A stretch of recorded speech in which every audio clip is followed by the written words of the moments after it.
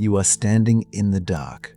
Not the comfortable dark of a bedroom with curtains drawn, not the soft dark of a cinema before the film begins. This is absolute darkness, the kind that presses against your eyes like cloth, the kind that makes you wonder for just a moment if you have gone blind. You are 140 feet below the apex of the Great Pyramid of Giza. You are inside the king's chamber.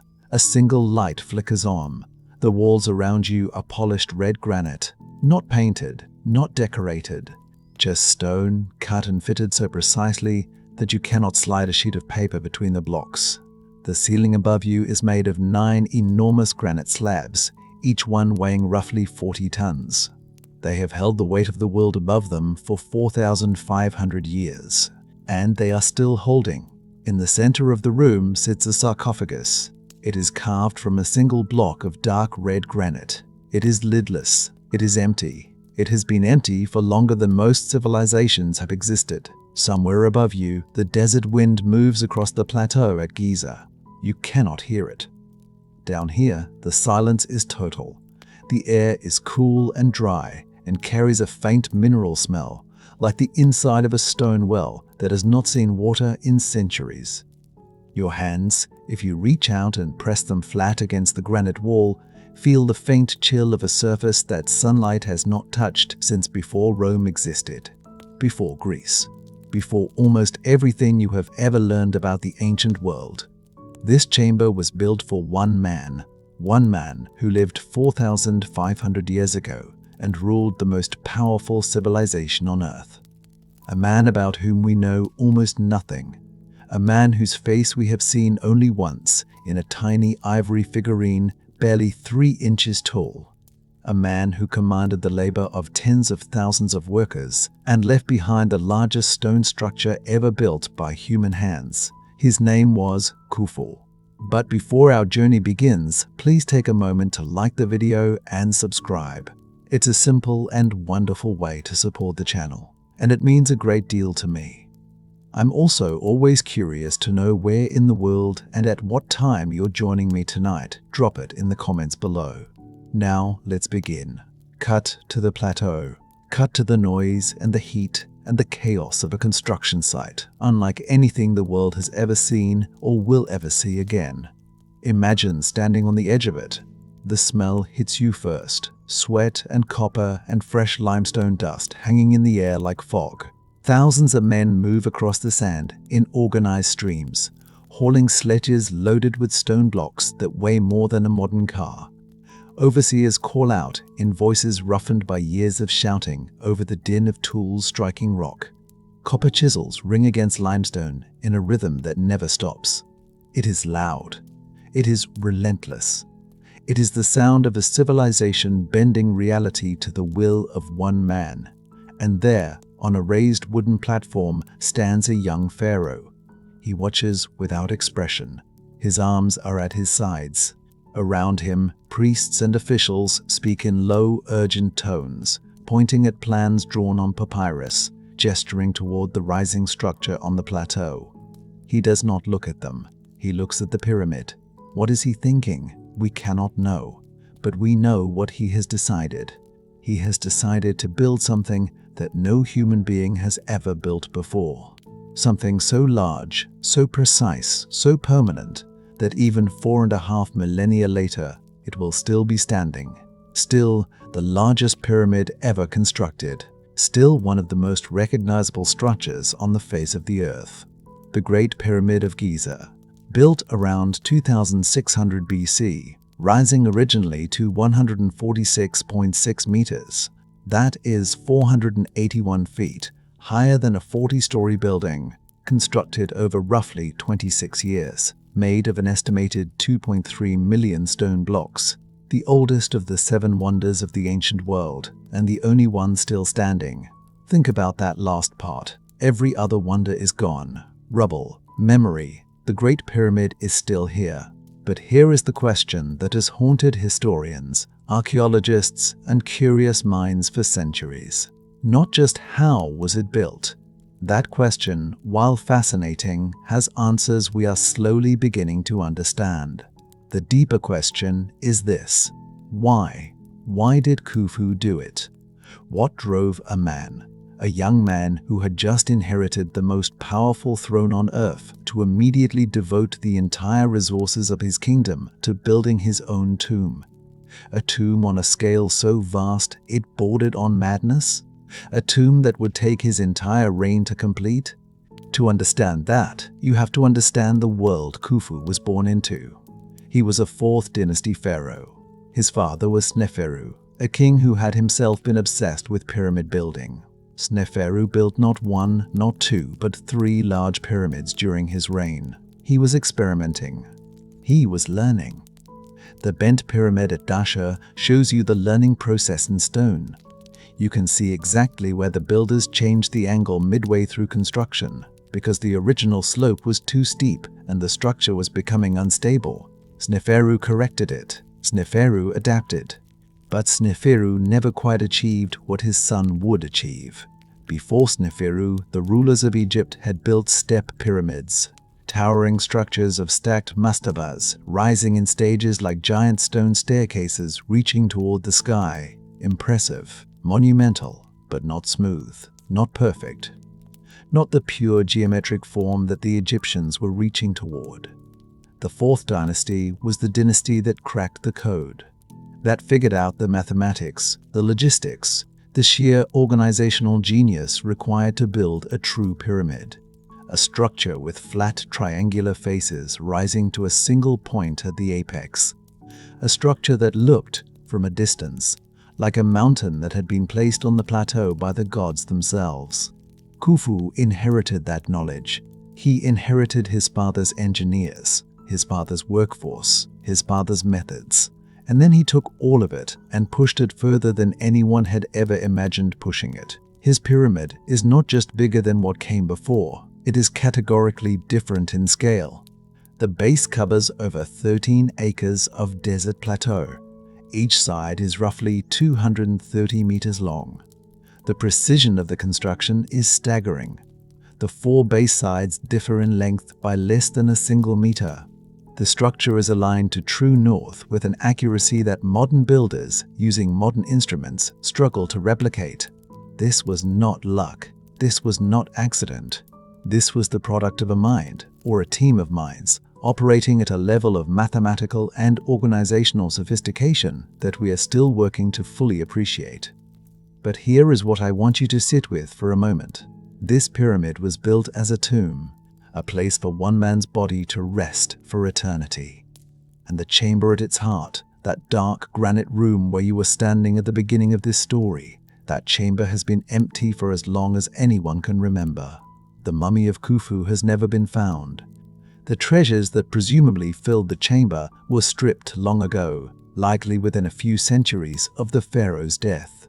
What remains is the architecture, the shell, the stone, and the stone is enough. The Great Pyramid remained the tallest structure built by human hands for nearly 4,000 years. 4,000 years. To put that in perspective, Ramses II, widely remembered as the greatest pharaoh of the New Kingdom, the warrior king who fought at Kadesh and whose statues fill museums around the world, he was born more than 1,000 years after Khufu's pyramid was already ancient. By the time Ramses walked the earth, the Great Pyramid was already as old to him as Ramses is to us today. That is the scale of what Khufu built. That is the weight of it. And yet we know almost nothing about the man himself. His name appears in ancient records. We know he was the son of Sneferu and a queen named Hetepheres. We know he ruled during the 4th dynasty of the Old Kingdom around 2580 BC. We know his pyramid was built over approximately 26 years. We know his face only from that tiny ivory figurine, barely 3 inches tall, discovered at Abydos in the early 20th century. The smallest known portrait of the man who built the largest monument. There is something almost unbearable about that contrast. The biggest thing ever built by a human being. The smallest surviving image of its builder. It tells you something. It tells you that Khufu was not interested in being remembered through portraits or statues. He was interested in being remembered through the pyramid itself. The structure was the statement. The architecture was the autobiography. And what a statement it is. When you stand at the base of the Great Pyramid today, the blocks of limestone at your feet are taller than your waist. You tilt your head back, and the structure rises above you and keeps rising until it seems to pierce the sky. The scale defeats your eyes. Your brain keeps trying to recalibrate, keeps trying to find a frame of reference, and keeps failing. There is no frame of reference. Nothing in ordinary human experience prepares you for standing at the foot of the Great Pyramid of Giza. The ancient Egyptians had a word for the power that a pharaoh possessed. They called it Sekhmet, raw divine force, the ability to impose order on chaos, the ability to reshape the world according to one's will. Khufu imposed his Sekhmet on the Giza plateau, and the evidence of it has outlasted every empire, every dynasty, every civilization that rose and fell in the 4,500 years since his death. But here is what history does not always tell you clearly. Khufu was not working from a position of comfort and security when he began his great project. He was not a king who had inherited a stable, flourishing kingdom with nothing left to prove. He was born into a dynasty that was still finding its feet, a dynasty that had been reaching toward architectural perfection and had not yet arrived. A dynasty that had left behind evidence of its failures and experiments in stone across the desert landscape of Egypt. The bent angles of his father's pyramid at Dashur. The false starts and corrections of earlier builders. A lineage of kings who had aimed for the heavens and fallen short. Khufu looked at all of that. He looked at the experiments and the failures and the near misses. He looked at what his father had achieved and decided it was not enough. He looked at the plateau at Giza, flat and wide and waiting, and he made a decision. He would not experiment. He would not correct halfway through. He would not leave behind a structure that future generations would look at and see the evidence of doubt or compromise. He would build the pyramid, the one pyramid, the pyramid that would make every other structure on earth look like an afterthought. But Khufu wasn't born a god-king. He was born into a dynasty on the edge of collapse, a family that had already failed once to reach the heavens. And he would not fail. The weight of it hits you the moment you picture it. A boy, 5 years old, maybe 6, walking down a corridor that smells of cedar oil and incense, his sandals too small for the cold stone floor. Priests line the walls on both sides. Scribes with ink-stained fingers stand perfectly still. Nobody speaks. The only sound is the low, rhythmic chanting coming from somewhere deeper in the palace, where the body of the great king Sneferu is being prepared for eternity. The boy's name is Khufu, and everything in this moment belongs to him. That is the thing about inheriting a kingdom when you are barely old enough to hold a crook and flail without dropping them. Nobody asks if you are ready. Nobody waits until the grief has passed. The priests whisper their predictions. The scribes record the transition of power. And somewhere outside the palace walls, out in the dry heat of the desert, workers are standing around 2 enormous structures made of stone, scratching their heads, wondering what went wrong. Because something had gone very wrong. Sneferu was not a bad king, let that be clear. He was ambitious, powerful, and by most measures, one of the great builders of the ancient world. He had pushed Egypt's engineering capacity further than any king before him. He had moved more stone than anyone in history. But ambition and success are not the same thing. And what Sneferu had left behind in the sand was the evidence of a dynasty still learning, still reaching, still falling short. Stand in front of the bent pyramid at Dashur and you feel it immediately. It rises from the desert with confidence at a steep angle, exactly the way a pyramid should. Then, about halfway up, something changes. The angle shifts. The sides lean inward more sharply, more cautiously, as if the whole structure suddenly lost its nerve. Because it did. The builders had started at too steep an angle. The weight of the stone above was cracking the chambers below. They could feel it happening, the groaning of the rock, the settling of the ground beneath.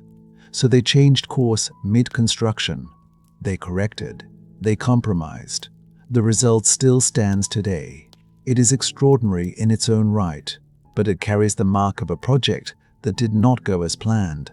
And in ancient Egypt, where a pharaoh's pyramid was his eternal house, his gateway to the gods, that mark mattered enormously. Sneferu did not stop there. He ordered another pyramid, the Red Pyramid at Dashur, built at the corrected angle, smoother in its ambition, more controlled in its execution. It was the first true smooth-sided pyramid Egypt had ever produced, a genuine achievement. And yet even that was not enough. Even that was not the statement a dynasty needed to make when the world was watching and the gods were keeping score. By the time Sneferu died, he had built more pyramids than any pharaoh in Egyptian history. He had moved an almost unimaginable volume of stone, and the kingdom had felt every bit of it. The labor, the resources, the organizational strain of building at that scale, again and again, had pushed Egypt to its limits. Workers had been fed, housed, and managed at a cost that echoed through the entire economy of the Nile Valley. Now the boy in the corridor was responsible for all of it. Think about what Khufu inherited. Not just the throne, not just the titles and the rituals and the divine right to call himself the son of Ra. He inherited the weight of expectation. He inherited the half-finished reputation of a dynasty that had aimed for perfection and produced experiments. He inherited a kingdom that had spent years and enormous resources watching pyramids go slightly wrong. And he inherited the unspoken question that hung over every priest, every scribe, every noble in the royal court. Would the son be greater than the father? In ancient Egypt, that question was not merely political. It was theological. The pharaoh was not just a king in the way we use that word today. He was the living embodiment of divine order, the human point where the will of the gods touched the earth.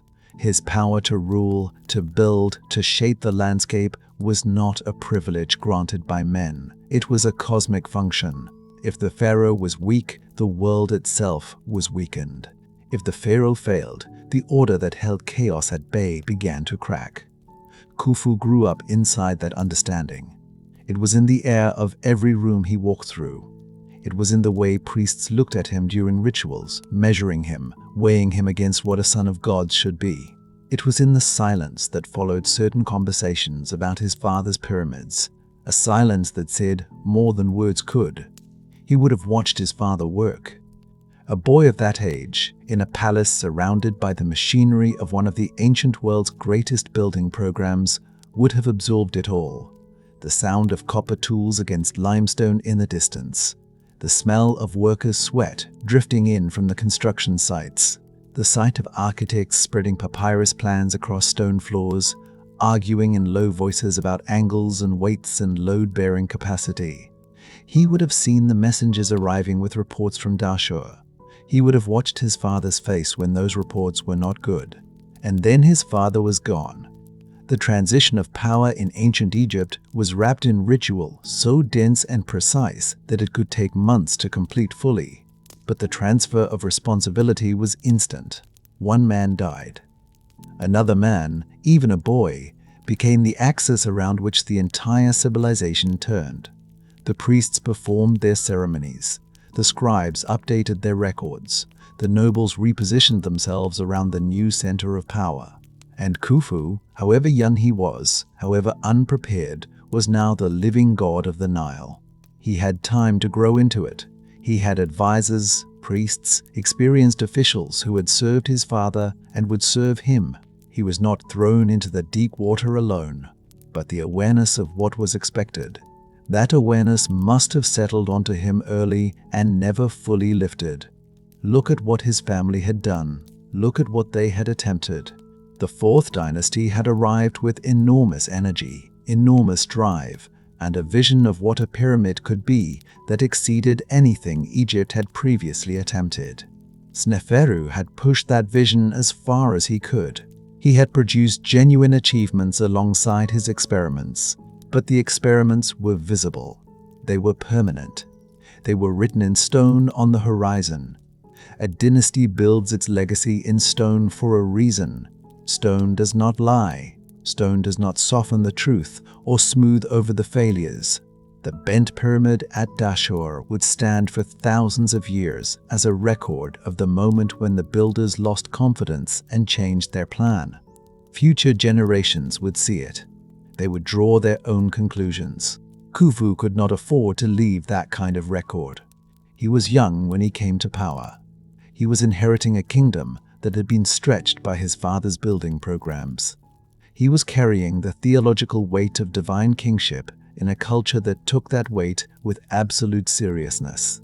And somewhere in the years between his father's death and the moment he stood on the plateau at Giza and made his decision, something hardened in him.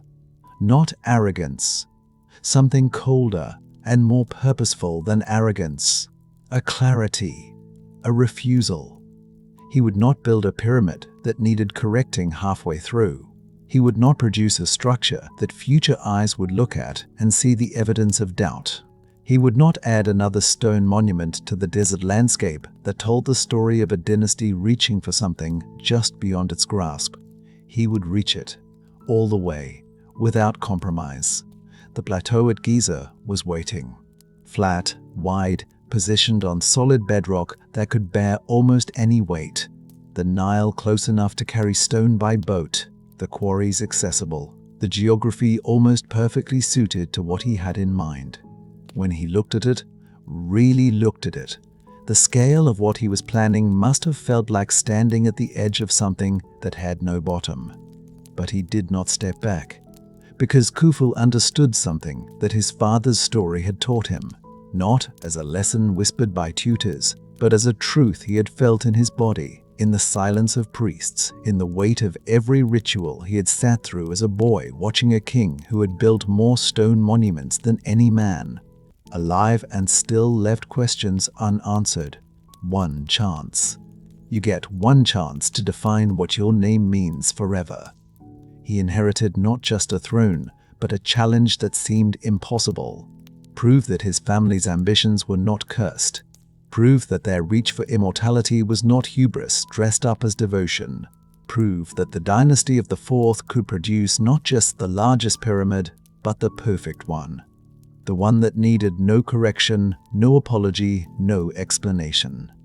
He would have one chance to rebuild everything his family had been straining toward, and he would build it higher than anyone had ever dreamed. The sacred oil is cold. That is the first thing you notice watching this moment. Not the gold, not the chanting priests, not the crowd pressing in from every side of the great hall, their breath held, their eyes wide. The oil is cold when it touches his forehead, and the young man does not flinch. He is not yet 30 years old, and he is about to become a god. The priests of Ra move around him in slow, deliberate circles. Their white robes catch the lamplight. The air smells of kaifi, that thick ceremonial incense, sweet and woody and ancient, the smell of every coronation Egypt has ever witnessed. The chanting rises and falls like water. And at the center of all of it stands Khufu, son of Sneferu, son of a dynasty that has been reaching for perfection since before he could walk. He does not look overwhelmed. He looks like he is counting something. That is what separates this moment from what you might expect. A young man receiving divine power, being told by the most powerful religious institution in the world that he is no longer merely human, might be expected to weep or tremble or stare into some middle distance touched by transcendence. Khufu does none of that. His jaw is set, his eyes move. He is already measuring the room, because he knows what this ceremony actually is. It is not just a crown, it is a contract. 3 million people live along the banks of the Nile. They plant their fields according to the flooding cycles that his priests track and interpret. They build their homes from mud brick that bakes hard in his sun. They eat bread from grain that grows in soil his river renews. Every single one of them, from the highest official in Memphis to the poorest farmer in the furthest Delta village, is now his responsibility. their survival, their harvest, their safety, their belief that the world is ordered and held together by divine will. That belief lives or dies with him now. The oil dries on his forehead. The double crown settles onto his head, heavier than it looks. He feels the weight of it travel down through his neck, his spine, into his legs. It is not metaphorical. The crown is genuinely heavy, and so is everything that comes with it. He does not step back. What Khufu inherited was not a simple throne. He inherited a dynasty mid-stride, a royal line that had been building and correcting and building again across his entire childhood. His father Sneferu had left behind more stone monuments than any pharaoh before him. He had also left behind the memory of a bent pyramid, a course correction carved into stone for all of history to see. The fourth dynasty had reached further than any family before it. It had also stumbled, visibly, in ways that could not be unmade. Khufu had watched all of it. He had sat in ceremonies as a boy, watching priests and officials orbit his father the way planets orbit something massive. He had felt the particular silence that falls over a room when a king enters it. He had learned, without anyone teaching him directly, that power is not just what you command. It is what people believe you are capable of. And belief, he had learned, is fragile. So the first years of his reign are not spent building. They are spent watching and listening and building something that cannot be seen from the outside, the invisible architecture of control. Egypt in this period runs on human organization the way it runs on the Nile flood. Without the water, nothing grows. Without the organization, nothing functions. Grain storage, labor allocation, tax collection, border security, religious administration, the management of quarries and trade routes, and the vast network of officials who answer to officials who answer to more officials. All of it requires a structure that holds together even when the man at the top is young and unproven. Khufu looks at what his father left him and sees the gaps. Sneferu had been a builder above all else, magnificent, visionary, relentless. But the machinery of the state had sometimes bent around his ambitions rather than supporting them. Officials had been moved or replaced to serve the needs of construction projects. Loyalties had shifted. The powerful families who had served the crown for generations had watched a king who sometimes seemed more interested in stone than in them. Khufu does not make that mistake, not yet. He begins with the people who matter most. The high officials, the nomarchs who govern the regional territories, the priests who hold the spiritual loyalty of the population. He meets with them. He listens to their concerns. He distributes favor carefully, like a man rationing water in a desert, enough to create loyalty, not so much that anyone feels powerful enough to challenge him. He is young. He knows they are watching him for signs of weakness. He gives them none. The administrative structures he strengthens in these early years are not dramatic. No one writes songs about a pharaoh who reorganized the grain accounting system. But Khufu grasps what his father's legacy had demonstrated through its cracks. A pyramid is only as strong as its foundation. The same is true of a kingdom. He appoints men he trusts to positions that matter. He keeps men he does not trust close enough to watch. He learns the names of officials 2 and 3 levels below the top, the ones who actually move grain and manage labor and make decisions that ripple outward across thousands of lives. He wants them to know that he knows their names. That attention, that specific and deliberate awareness, is its own form of power. The borders are another matter entirely. Egypt's wealth makes it a target. The Sinai holds turquoise and copper mines that foreign groups eye with interest. The Nubian territories to the south require constant management. Khufu sends expeditions, not just military ones, but organized, state-sponsored operations that project Egyptian presence into the regions that matter. He is not starting wars. He is making statements. He is drawing the edges of the world he governs and making sure everyone outside those edges can see where they are. The army respects a pharaoh who does not flinch at the border question. And slowly, through all of this, something shifts. It is not a single moment. There is no day when Khufu wakes up and feels certain in a way he did not feel certain the day before. It is more like the way the desert light changes at dawn, so gradually that you cannot say exactly when it happened, only that at some point the darkness was gone and the world was sharp and clear and fully lit. He starts to feel it in the way rooms change when he enters them. The quality of the silence is different now. It is not the hell-breath silence of people watching a young man to see if he will stumble. It is something else, something older. The silence that falls when people genuinely do not know what you are going to say next and they are afraid to miss it. He has become, without ceremony or announcement, someone that people are afraid of.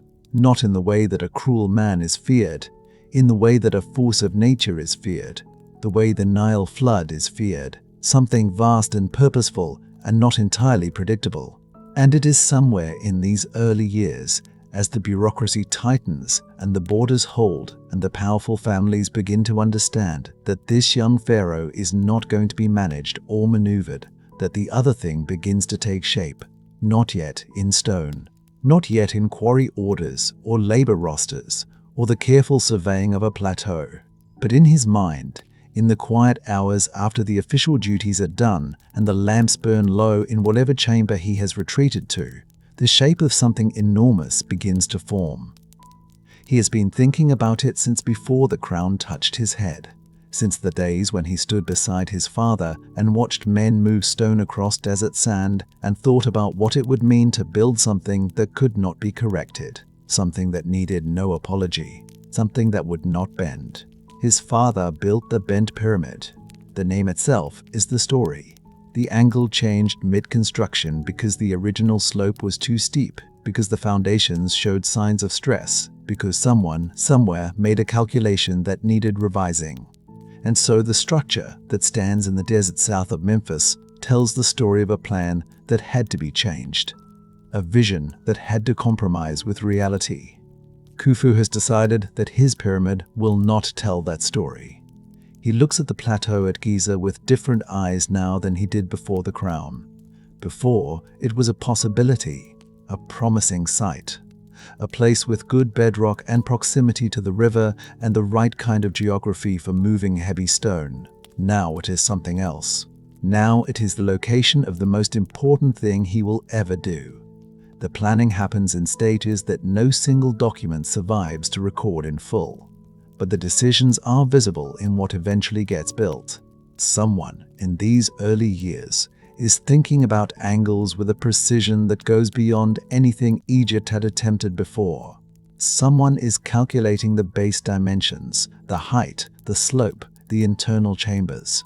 Someone is thinking about the alignment with the stars, about the passage of light through narrow shafts, about what it means to build a tomb that is also a machine for transformation, for the journey of a soul from this world into the next. That someone is Khufu, not alone. He has architects and priests and engineers whose names are lost to us. But the vision is his. The refusal to compromise is his. The decision to build on a scale that no one had ever seriously attempted before, that is his too. For the first years of his reign, Khufu was careful. He strengthened the bureaucracy his father had weakened. He secured the borders. He built relationships with the powerful families who could make or break a pharaoh. But all the while, he was watching the horizon. He was planning. And what he was planning would change Egypt forever. Something shifts in him, not gradually, not the way most men change their minds, through slow persuasion and the accumulation of doubt. It happens the way a desert storm arrives. One moment the sky is clear, the next everything is different. Khufu stands on the plateau at Giza, and he is no longer calculating. He is not measuring angles or checking the slope of the bedrock or thinking about river access for barges heavy with limestone. He is feeling something that his administrators and engineers and border generals cannot feel, because what he is feeling is not a political problem. It is a theological one, and it terrifies him. Every pyramid built before his had been broken into. Every one. Think about what that meant to him. Not as a matter of pride, not as an insult to royal dignity, as a catastrophe, as the worst thing that could happen to a human soul. The Egyptians did not treat the afterlife as a comforting story told to frightened people in the dark. It was not metaphor. It was not poetry. It was the most real thing in the world, more real than the river, more real than the harvest, more real than the stone beneath his sandals. The body had to be preserved, the tomb had to hold, the offerings had to continue. If any part of that system failed, the soul did not pass on peacefully into the next world. It simply ceased. It was erased, gone, not death, worse than death. And every pharaoh before him had built a structure that had been violated. He knew the stories. He had grown up with them. Djoser's step pyramid at Saqqara, revolutionary in its time, had not kept its secrets. The bent pyramid at Dashur, his father's first attempt, had been abandoned mid-construction when the angle proved too steep and the interior began to show signs of stress. Even Sneferu's red pyramid, the one that finally got the geometry right, had been entered by thieves. The pattern was clear. The pattern was unacceptable. Khufu does not shout when he reaches this conclusion. He does not call a council or issue a proclamation. He walks the plateau alone in the hour before dawn, when the air smells of cool sand and the stars are still bright overhead, and he looks at the horizon where Ra will rise, and he makes a decision that is not a political calculation at all. It is a vow. He will not repeat the pattern. His connection to Ra was not ceremonial. Every pharaoh carried the title Son of Ra, but for Khufu, ruling in an age when the solar cult was ascending to the center of Egyptian theology, that relationship was the foundation of everything he believed about himself and his place in the universe. Ra crossed the sky each day in his solar bark, bringing light and life to the world. Each night, Ra descended into the underworld, faced the chaos serpent Apophis, and defeated him. Each dawn, Ra rose again. The cycle never broke, and the pharaoh was part of that cycle. His resurrection was not separate from Ra's. It was woven into it. His transformation after death, his passage through the underworld, his emergence into eternal life, all of it depended on the same divine order that kept the sun moving, but only if the tomb held, only if the body was preserved, only if no thief's hands disturbed the sacred arrangement of what had been so carefully prepared. The air on the plateau at this hour carries a particular stillness, no wind, no sound except the faint call of birds beginning to stir somewhere to the east. Khufu stands in that stillness, and he feels the weight of what he is about to attempt. Not the physical weight, though that will come soon enough. The theological weight. The weight of a man who has decided that he will not accept the failure of every predecessor, that he will find a way to make the system work, that he will build something so precisely, so massively, so perfectly that the universe itself will have no choice but to honor it. This is the moment when careful administration becomes something else entirely. He calls his architects. The names of most of them are gone, swallowed by time and the destruction of records. But we know one. Hemiunu, a member of the royal family, a man of extraordinary intelligence and documented authority, who held the title Overseer of all the king's works. He was not just a builder. He was the mind through which Khufu's vision would have to pass before it could become stone. And when Khufu tells him what he wants, Hemiunu does not immediately agree. He listens, he asks questions, he takes measurements back to his scribes and returns with numbers. The numbers are staggering. Khufu wants a base of roughly 756 feet on each side. He wants a height of nearly 481 feet. He wants an angle of 51 degrees and 50 minutes, a slope precise enough to achieve a perfect pyramid form, not the compromised angle of the bent pyramid, not an approximation, a perfect form. He wants the base aligned to true north with an accuracy that would challenge modern surveyors. He wants the corners to meet at right angles, so exact that the error across the entire base would be measured in fractions of a degree. Hemiunu looks at these requirements, and he does something that tells you everything about the relationship between these two men. He does not say it is impossible. He goes away and figures out how to do it. But before the engineering, there is the theology. Because in Egyptian thought, these two things are not separate. The shape of the pyramid is not arbitrary. It is a frozen ray of sunlight. The Ben stone, the sacred pyramid-shaped object kept at Heliopolis in the Temple of Ra, was the point upon which the first ray of creation had fallen at the beginning of the world. To build in that shape was to participate in creation. To align the structure to the stars was to connect the dead king to the eternal order of the heavens. The narrow shafts cut through the pyramid's interior, aimed at specific stars, were not ventilation. They were pathways, roads for the soul. Khufu understands this, not as a religious scholar understands a text, but the way a man understands the ground beneath his feet. He does not read it, he feels it.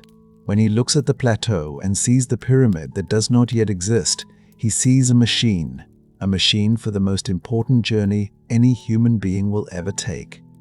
And machines can be built correctly or incorrectly. He intends to build it correctly. The selection of Giza over all other possible sites is itself a statement. The plateau sits on a massive formation of solid limestone bedrock, capable of bearing an almost unimaginable weight without shifting. The Nile runs close enough that barges carrying stone from quarries at Tura and Aswan can reach the construction site with manageable effort. The site sits on the west bank of the river, the side of the setting sun, the side of death and transformation in Egyptian cosmology. Every element reinforces every other element. The location is not practical compromise. It is theological precision expressed as geography. When Hemiunu returns with his plans, the two men spend hours in what must have been an extraordinary conversation. We have no record of it, but we have the building. And the building tells us that every question Khufu asked was answered. Every concern about the interior chambers was addressed. The king's chamber, positioned in the heart of the structure, would be protected by a system of granite blocks so massive that they could not be moved by any force available to thieves. The relieving chambers above it would distribute the weight of millions of tons of stone away from the room where the sarcophagus would rest. The ascending passage, the grand gallery, the precise placement of every internal feature, all of it reflects a mind that had thought through every possible failure and designed against it. The smell of the planning rooms is papyrus and lamp oil. The scribes work by the light of small flames, recording calculations on sheets that will not survive, committing to writing the measurements of something that will outlast every other human structure on Earth. Khufu moves among them. He is not a figurehead in this process. The decisions are being made by a man who has thought about nothing else for years. The careful administrator who spent his early reign strengthening borders and managing grain supplies has not disappeared. He has focused. He has narrowed everything he knows about managing large systems and applied it to a single consuming purpose. But there is something else happening in these planning sessions that goes beyond engineering. Khufu is not just designing a tomb, he is making an argument. A theological argument, made in stone, addressed to the universe itself. Every pyramid before his had been built to a scale that human beings could, with effort, comprehend. You could walk around it in an hour. You could see it whole from a moderate distance. It existed within the range of what the human eye and mind could take in and process. Khufu's pyramid would not. It would be so large that standing at its base, you could not see the top. Standing far enough back to see the whole structure, you would lose the sense of its surface. It would exist at a scale that defeated comprehension. And that was the point, because the gods were not comprehensible. Ra was not comprehensible. The universe that Ra had created, the order that the pharaoh was charged with maintaining, was not comprehensible. To build at a human scale was to make a human claim. Khufu was making a different claim. He was saying, in the only language that would last, that what he was building was not for human beings. It was for the eternal order of things. It was a statement addressed to time itself. This is the edge of obsession, and Khufu has crossed it. The people around him feel it. His administrators, who have worked with the careful, methodical king of the early reign, now serve a man whose attention has narrowed to a single point. The borders still need managing. The grain still needs counting. The gnomes still need their governors and their courts and their records. But the center of gravity of the entire Egyptian state has shifted. Everything now orbits the plateau at Giza. Every resource calculation, every labor assessment, every trade negotiation, every quarry inspection runs through the filter of one question. Does this serve the pyramid? The dry air of the planning room settles on the back of Khufu's throat like fine dust. His hands, when he traces the lines of the plans spread before him, are steady. He has moved past fear, past the horror that first drove him to this point, the horror of violated tombs and erased souls. He is past all of that now. He is in the place beyond fear, where a man has committed so completely to a course of action that doubt no longer has room to exist. What if he built something so massive, so perfectly sealed, so mathematically precise that it could not be violated? What if he built not just a monument to himself, but an equation written in stone, a structure so perfect it would last forever? The question had formed slowly, over years of watching and planning, and refusing to accept what every pharaoh before him had accepted as the inevitable price of mortality. Now it is no longer a question. It is an answer. It is the only answer. And then Khufu did something that would either save or destroy his kingdom. He committed to it completely. He ordered the engineers to begin. The vision was clear. Now came the impossible part, making it real. Khufu's architects had calculated everything precisely. A structure 481 feet high, a base of 756 feet on each side, 2.3 million blocks of stone, each one weighing somewhere between 2.5 and 70 tons. And Khufu had decided to build it in 20 years. The engineers who heard this deadline did not laugh. They could not. Their pharaoh had spoken. But in the silence after he spoke, you can feel it, that stillness in the room. The way a man stares at a calculation he has just written down and feels the numbers staring back at him like something alive. 20 years, 2.3 million blocks. Do the arithmetic slowly and it becomes a kind of madness. To finish in 20 years, they would need to place approximately 315 blocks every single day. Every day for 2 decades. No delays, no disasters, no mercy from the stone or the river or the desert sun. The architects did not flinch, not visibly. This was Egypt. This was their pharaoh. Flinching was not an option. What they did instead was begin to solve it. And the solution they arrived at was not one brilliant idea. It was 10,000 small ones, layered on top of each other like the blocks themselves, each one dependent on the ones below. Start with the stone. Everything begins with the stone.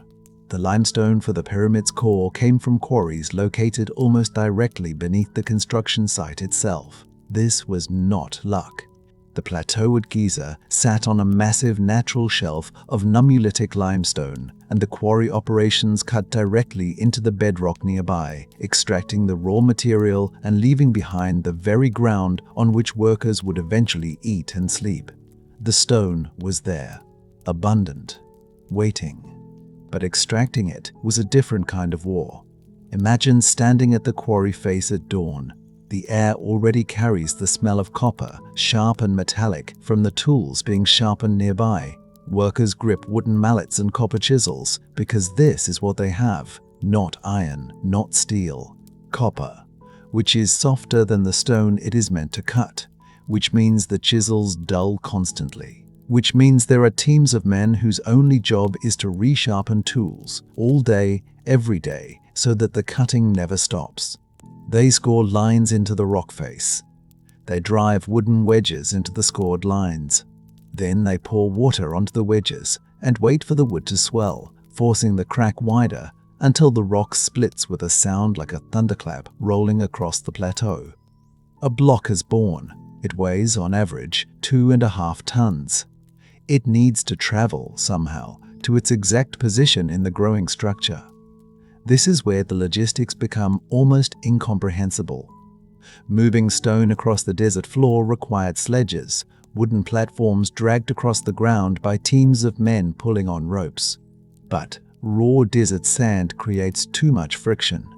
So workers poured water ahead of the sledge, wetting the sand just enough to reduce resistance, allowing the sledge to glide. It sounds simple. It was not simple. It required a continuous supply of water in a desert, which meant water carriers, which meant more organization, more supply lines, more people whose job was not cutting stone but keeping the whole operation moving. The Nile was the answer to many problems. During the inundation season, when the river flooded its banks and water crept across the lower ground, boats could carry massive stone blocks from distant quarries directly toward the construction site.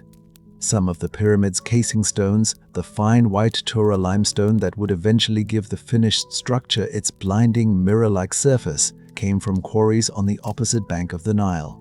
Granite for the inner chambers came from Aswan, nearly 500 miles to the south. Every piece of that granite traveled by river, loaded onto wooden barges, floated north on the current, then transferred to sledges for the final journey across the plateau. 500 miles on wooden boats for stones weighing up to 70 tons. Khufu's engineers did not invent the river, but they learned to use it like a highway. Now picture the plateau itself. Not the clean, quiet monument you might imagine. Something louder, something rawer.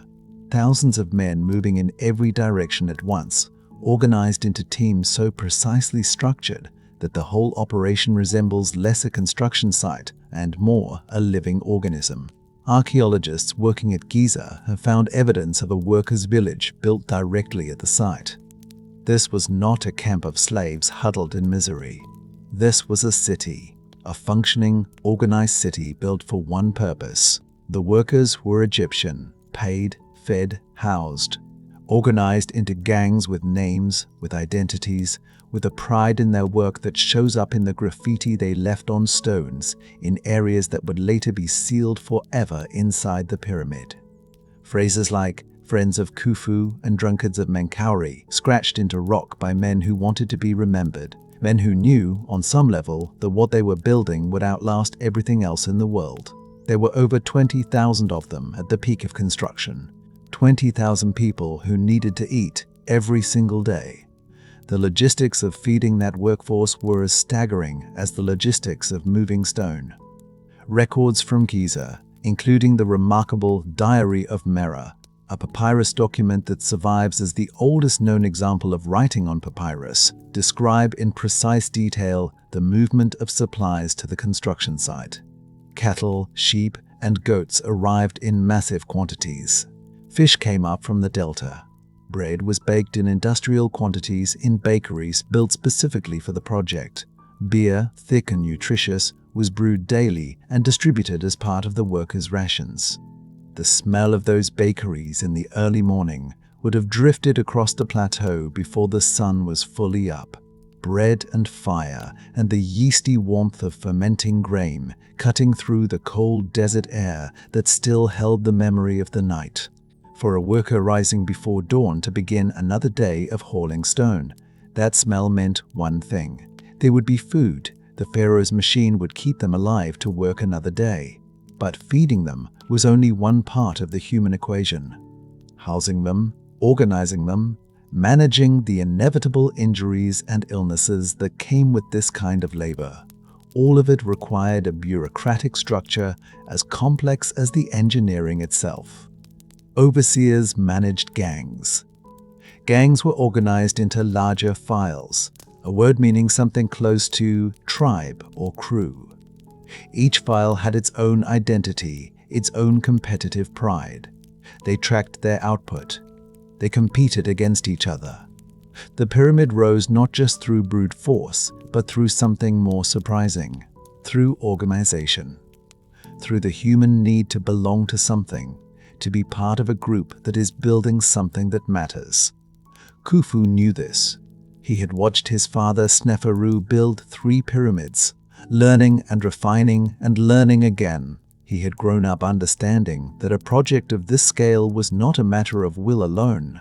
Will got you to the plateau. Organization kept you there. The question that sat at the center of every planning session, the one that made even the most experienced engineers press their lips together and look away, was the question of height. Moving stone across flat ground was a solved problem, more or less. Moving stone upward to a height of 481 feet was something else entirely. The ramp theory is the answer most often reached for, and there is good evidence to support it. Workers built massive earthen and rubble ramps that allowed sledges to be hauled upward at a manageable angle. As the pyramid grew taller, the ramps grew longer because a steeper angle becomes impossible to haul against. By the time the structure approached its full height, the ramps themselves would have been enormous engineering projects in their own right. Some estimates suggest the ramps required nearly as much material as the pyramid itself. There was also likely a system of internal ramps, passages cut into the pyramid's own structure, allowing workers to haul blocks upward through the interior before the outer casing sealed everything in place. The exact method is still debated, but the result is not. The blocks went up. Somehow, against every reasonable expectation, the blocks went up. Picture the foreman who oversaw a single team of 8 men hauling a 2.5-ton block up a ramp in the afternoon heat. The ropes bite into his palms, his legs burn with the effort. The stone behind him is indifferent, monstrous in its weight, pulling backward against every step forward. The sweat on his skin turns to a thin white crust in the dry air, salt left behind by a body working at its absolute limit. He does not think about the 481 feet the block must eventually reach. He thinks about the next 10 steps, then the 10 after that. This is how the pyramid was built, not in one grand gesture, in 10 million small ones. Copper was the metal that made it possible. Egypt controlled the copper mines of the Sinai Peninsula, and those mines fed the entire operation. Chisels, saws, drills, all of them copper, all of them wearing down against the stone and being reforged and sharpened and returned to use. Expeditions went out regularly to the Sinai to keep the supply flowing. Wood, which Egypt lacked in abundance, came from Lebanon and other sources through trade. Cedar logs for sledge runners and boat hulls. Acacia wood for tools and scaffolding. Every material had its supply chain. Every supply chain had its overseer. Every overseer answered, ultimately, to one man. Khufu did not stand at the quarry face. He did not haul ropes. But his presence was everywhere on that plateau, in the precision demanded of every measurement, in the punishment waiting for anyone who cut corners, in the absolute standard that ran through every level of the operation like a thread of iron.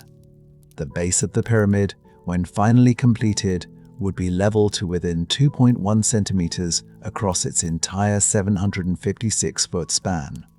2.1 centimeters, with no modern instruments, no laser levels, no GPS.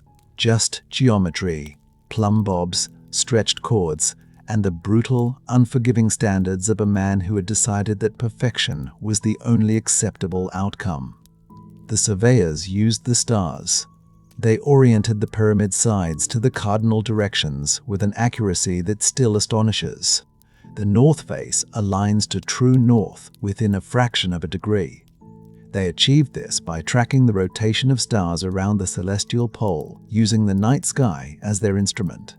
Men lying on their backs in the desert dark, watching stars wheel overhead, making calculations that would determine the position of every stone placed above them. The night sky above Giza in 2600 BC was enormous and brilliant in a way that is almost impossible to imagine now. No city lights, no haze, just the Milky Way arching overhead like a river of cold fire, and men below it doing mathematics with their eyes. The silence out there, beyond the workers' village, beyond the fires and the noise of the camp, would have been total. just wind moving across the plateau and the soft scratch of a scribe recording measurements in the dark. And underneath all of it, underneath the engineering and the logistics and the mathematics, ran the current that had started everything. Khufu's fear, not the fear of a coward, the fear of a man who had looked at mortality clearly and refused to accept the terms. Every block placed was a refusal. Every course of stone rising higher was a declaration. You will not erase me. You will not reach me. I will build something so massive, so precisely sealed, so mathematically exact that the darkness cannot find its way in. His architects carried that weight. His foremen carried it. His workers, even the ones who would never know the full scale of what they were building, carried it in their muscles and their blisters, and the ache that settled into their lower backs at the end of every long day. As the first teams of workers gathered at the quarries outside Giza, no one, not even the architects, truly knew if this could be done. The numbers were real. The deadline was real. But whether human hands and human will and human ingenuity could actually deliver on the promise those numbers made, that was still an open question. The machinery of the kingdom had been set in motion, and there was no stopping it now. Every resource, every able-bodied man, every ounce of copper and wood and rope and ingenuity was about to be poured into one obsession.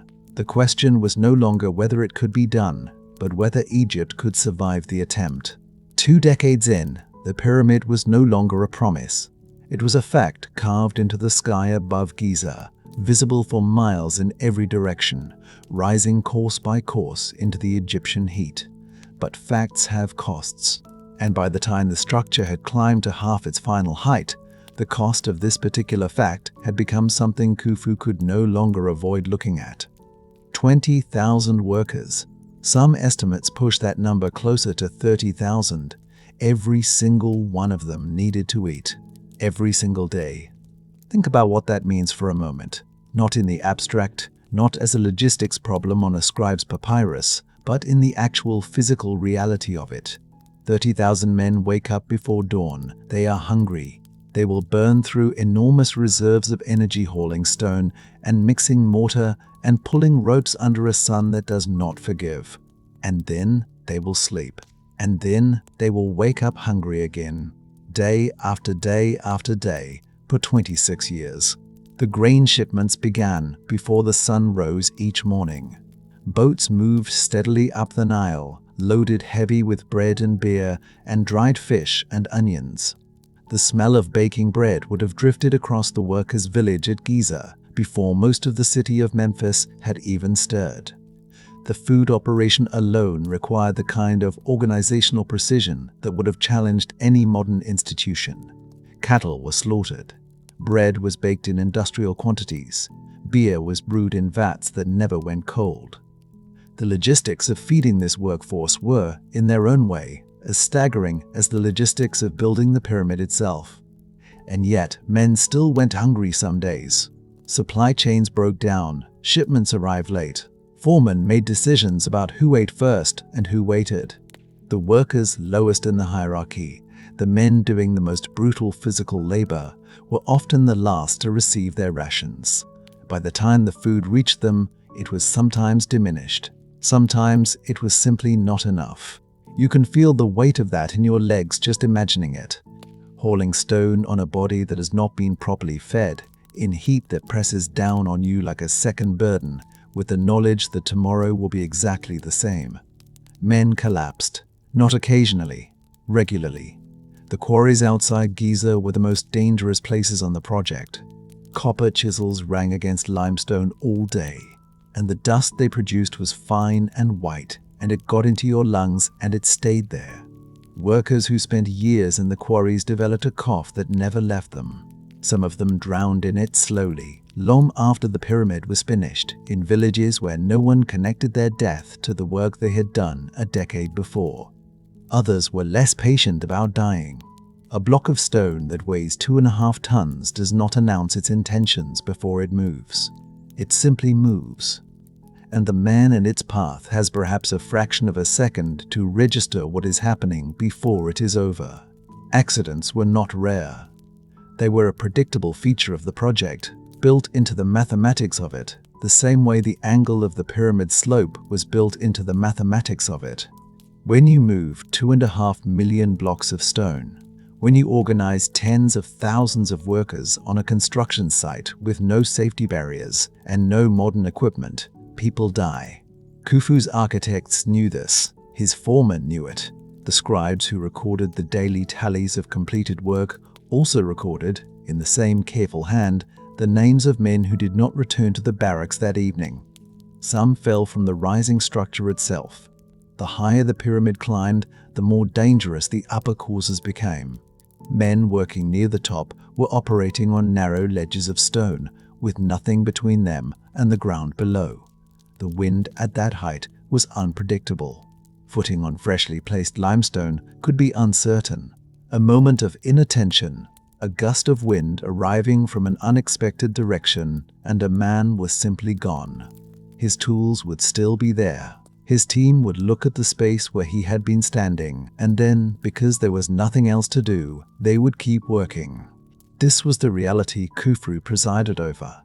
Not the clean architectural vision of the pyramid rising perfect and white against the blue Egyptian sky. The other reality, the one with blood on the stone and dust in the lungs and families in the Nile Valley waiting for men who were not coming home. And here is where the character of a ruler gets tested in ways that no ceremony, no military victory, no act of governance can test it. Because Khufu had a choice. He could look at the human cost of what he was building and slow down. He could reduce the pace of the work. He could send some of the workers home to recover. He could accept that the pyramid might take 30 years instead of 26, that a slightly smaller monument might still accomplish the same eternal purpose. He looked at the cost. He saw it clearly. He did not slow down. There were murmurs in the workers' villages. Not open rebellion, not yet, but the kind of low, persistent discontent that spreads through barracks at night when the fires have burned low and the overseers are not listening. Men talked about the dead. They talked about the rations that came up short. They talked about foremen who pushed them past the point of endurance and then pushed them further.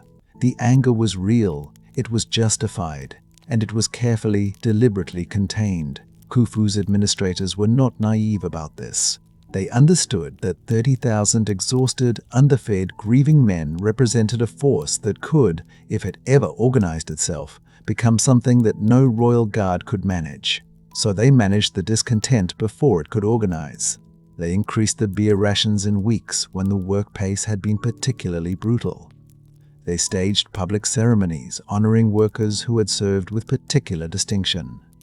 They made sure the men understood that their labor was not invisible, that it was seen and recorded and valued by the God King himself. It was management, skilled, deliberate, carefully calculated management of human beings who were suffering. And it worked, mostly. But not entirely. The priests were a different problem. Some of the temple priests began asking questions that had no comfortable answers. Questions about whether the gods truly sanctioned this level of sacrifice. Whether the offerings being made at the altars were sufficient to justify the blood being spilled on the plateau. Whether a king who spent the resources of an entire civilization on his own tomb was serving the divine order or simply serving himself. These were dangerous questions. In a society where the pharaoh's divine status was the foundation of all political authority, questioning the pharaoh's judgment was not far removed from questioning the order of the universe itself. Khufu's response to the priests was characteristically direct. He did not argue theology with them. He did not attempt to persuade them with words. He increased the offerings to the temples, which silenced some of them. The ones who continued to ask uncomfortable questions found that their access to the royal court became, gradually, more restricted, not dramatically. Not in any way that could be called persecution. Simply, quietly, more difficult. The questions did not stop, but they stopped reaching Khufu's ears. And then he did the thing that surprised everyone around him, the thing that his courtiers would talk about in quiet voices for years afterward, trying to decide what it meant about the man they served. He went to the plateau himself, not for a ceremonial inspection, not for a formal review accompanied by his full retinue of officials and scribes and guards. He went with a small group, quietly, in the early morning hours when the work gangs were already moving stone and the dust was just beginning to rise. He walked through the workers' village. He looked at the barracks. He stood at the edge of the quarry and watched men work. He spoke to a foreman, not through an intermediary, but directly, asking specific questions about the pace of the work and the condition of the teams. What he saw in the foreman's face when he asked those questions, that is something the historical record does not give us. But you can imagine it. A man caught between the truth and the answer he knew was expected. The slight hesitation, the calculation behind the eyes, the decision about which risk was greater. What Khufu took from that morning on the plateau, no one can say with certainty. But what he did afterward is clear. He did not reduce the pace of the work. He intensified it. He called for more workers to be brought from the Nile Valley. He demanded faster progress on the upper courses. He pushed the project forward with a force that seemed to his courtiers to cross some invisible line between ambition and something harder to name. His officials watched him and tried to read what they were seeing. Was this the behavior of a man who had been broken by what he witnessed? A man who had looked at the suffering on the plateau and been so disturbed by it that he had decided the only redemption was speed, finishing the thing before it could cost any more? Or was it something else? Had he seen something in that quarry, in those men's faces, in the rising courses of stone that the rest of them could not see? Some calculation that only he could make. Some understanding of what was at stake that made all of it, every death, every collapsed worker, every hungry night in the barracks, not just acceptable, but necessary. His courtiers did not know. They followed his orders because that is what you did when the God King spoke. But they watched him more carefully now. They looked for the signs of a man unraveling, and what they found instead was focus. A terrible, quiet, immovable focus. The pyramid kept rising. The stone kept moving. The supply boats kept coming up the Nile, heavy with grain and beer and dried fish. The copper chisels kept ringing in the quarries at dawn, and the scribes kept recording, in their careful, precise hands, the numbers, the blocks placed, the courses completed, the distance still remaining to the apex that floated somewhere in the sky above them, not yet real, not yet stone, but coming. In the workers' village, the whispers continued. Some of the men had started saying, in the darkness of the barracks, that no monument was worth this, that the gods did not ask for this, that somewhere in the theology of it, a line had been crossed that should not have been crossed. And among the priests, the quieter ones, the ones who had not been shut out of the court, but who had learned to keep their doubts behind their teeth, there was a similar unease, a sense that the project had taken on a life of its own, that it was no longer simply serving Khufu's immortality, but demanding something from Egypt that Egypt had not agreed to give. None of it stopped anything. The momentum was too great. The machinery of the kingdom had been running too long at too high a pitch to simply slow down because men were suffering and priests were uneasy. And at the center of it all, Khufu held the thing together by the force of whatever it was that lived inside him. Fear, yes. Ambition, certainly. But something else too. Something his courtiers glimpsed in his eyes on the plateau that morning and could not quite find a name for. Rebellion moved through the villages like a fever, running hot and then cooling, never quite breaking out into the open. Some priests kept asking their careful, dangerous questions. And Khufu did not waver. He pushed harder. He demanded more. He poured the full weight of Egypt's resources and Egypt's people into the stone rising above the plateau. His courtiers stood in his presence and looked at his face and tried to decide what they were witnessing. Whether their god king had been consumed by something beyond reason, or whether he had glimpsed something they could not see. something that made every sacrifice, every loss, every broken body in the quarry not just bearable, but worth it. They were about to find out if he was right. 15 years. 15 years of hauling stone, of bleeding hands and broken backs, of the plateau rising higher than anyone had thought possible. And then Hemiunu walked into the presence of his pharaoh with something he had never carried before. Not a report, not a plan, terror. He had trembling hands. The head architect of the greatest building project in human history stood before his god-king and could not keep his fingers still. The fractures had appeared in the upper chambers. Not hairline cracks you could dismiss. Not the kind of settling that stone does when it first bears weight.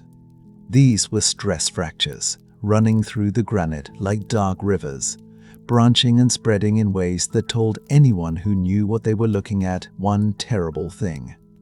The design was failing. The sheer mass of stone above was pressing down with a force that the internal structure had not been built to absorb. What had seemed perfect on the architect's plans, what had been calculated and recalculated and approved and celebrated, was, in the real world, under real weight, beginning to give way. Hemiunu laid out what he knew. The pyramid might not survive to completion. And if the upper chambers gave way before the project was finished, the collapse would not wait for the workers to leave. Men were still inside that structure every single day, hundreds of them, carving, fitting, hauling, measuring.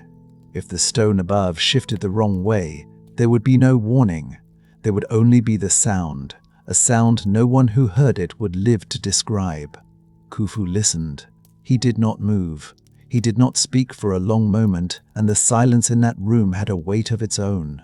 This is the moment that separates men who hold power from men who deserve it. Most rulers, handed that news, would have reacted to the threat to themselves first, to their reputation, to the whispers that would follow. Khufu's first question was about the workers. How many were inside the upper chambers right now? Hemiunu told him. Khufu ordered them out, immediately. Before any discussion of solutions, before any plan was formed, before the politics of the situation had been considered for even a moment, he cleared the structure. That fact matters. Remember it. The air on the plateau that morning smelled of dust and something sharper underneath it. The faint mineral bite of granite freshly split. The kind of smell that clings to your throat and doesn't leave. The workers came down from the heights confused, some of them afraid, none of them knowing what had been found above them. They stood in the open sun and waited. And inside the pyramid, in chambers that smelled of sealed stone and lamp oil and the sweat of 10,000 hands, Hemiunu and his most trusted engineers began the work of understanding exactly how bad this was. It was bad. The problem was not simple to explain, and it was not simple to fix. The original design had placed the internal chambers in a way that concentrated enormous pressure on specific points in the structure. As the pyramid grew taller, as more and more stone was laid above, those pressure points were bearing loads that the internal architecture had not been engineered to handle. The chambers were not collapsing yet, but the trajectory was clear. Left unchanged, they would. Hemiunu came back to Khufu with 3 options. Stop the project at its current height. Redesign the upper portion entirely, adding weight and changing the profile of the pyramid. Or, the most radical choice, modify the internal structure itself. Add relieving chambers above the king's chamber. Redistribute the load, and essentially rebuild the inside of the pyramid, while the outside continued to rise. Each option had a cost. Stopping meant failure, meant the pyramid Khufu had poured 15 years and the full force of Egypt into would stand forever as a monument to what he had not quite managed to finish. Redesigning the upper exterior meant changing the shape that had been dreamed and planned and promised to the gods.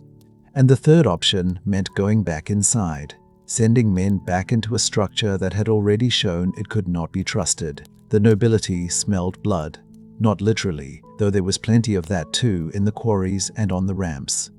But politically, the fractures in the stone were a gift to every man at court who had watched Khufu pour Egypt's wealth into the plateau and privately believed it would end in catastrophe. The whispers started before Hemiunu had even finished presenting the crisis to the full council. The gods were speaking. The gods were punishing Khufu's arrogance. A man who had closed the temples, who had redirected the offerings, who had put his own immortality above the proper worship of the divine, was now watching his monument crack under the weight of his own hubris. Some of those whispers came from genuine belief. Some of them came from men who saw an opportunity to reclaim influence they had lost. Both kinds were dangerous, and both kinds were loud. Khufu heard them. He heard everything. That had always been one of his gifts, the ability to know what was being said in rooms he was not standing in. He heard the priests who were quietly grateful. He heard the nobles who were calculating what a failed pyramid might mean for the succession.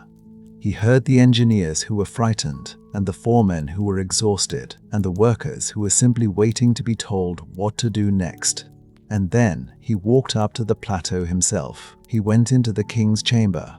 He stood in that space, which smelled of cold granite and the residue of lamp smoke, and he looked at the cracks. He ran his hand along one of them. His fingers came away with a fine grey powder, stone reduced to dust by the pressure pressing down from above. Around him stood his advisors, several of them speaking at once, several of them not speaking at all but watching his face for the signal that would tell them what to feel. He stood there for a long time, looking at the damage, looking at the chamber around him, looking up at the ceiling above him, which was holding for now, but which bore the marks of a structure under stress it had not been designed to carry.